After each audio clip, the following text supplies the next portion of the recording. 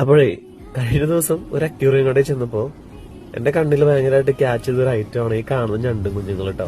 ഇവര് ചെറിയ ഐറ്റമാണ്, പക്ഷെ ഇവർക്കുള്ള പ്രത്യേകത എന്താണെന്നറിയോ? ഇവർ ഏത് അനാവെന്ന് എനിക്ക് അറിയില്ല കേട്ടോ.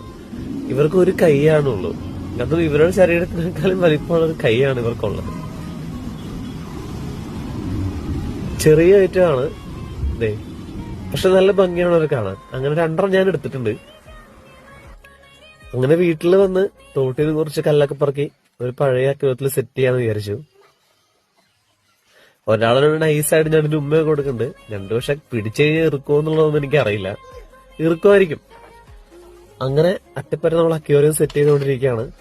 ഈറ്റങ്ങൾ ഫുൾ വെള്ളത്തിലിടാനായിട്ട് പറ്റില്ല. ഇവർക്ക് ചെറിയ കല്ലൊക്കെ അല്ലെങ്കിൽ വല്ല സ്പോഞ്ചൊക്കെ വെച്ച് കൊടുത്തിട്ട് കുറച്ചേരം ഇവർക്ക് വെള്ളത്തിന്റെ മേലിടിക്കാനുള്ള സെറ്റപ്പ് കൂടെ നമ്മൾ ചെയ്യണം.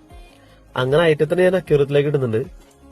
അപ്പോ ഇതുപോലെയാണ്. അപ്പൊ നമുക്ക് ബാക്കി അടുത്ത വീഡിയോകൾ കാണാം.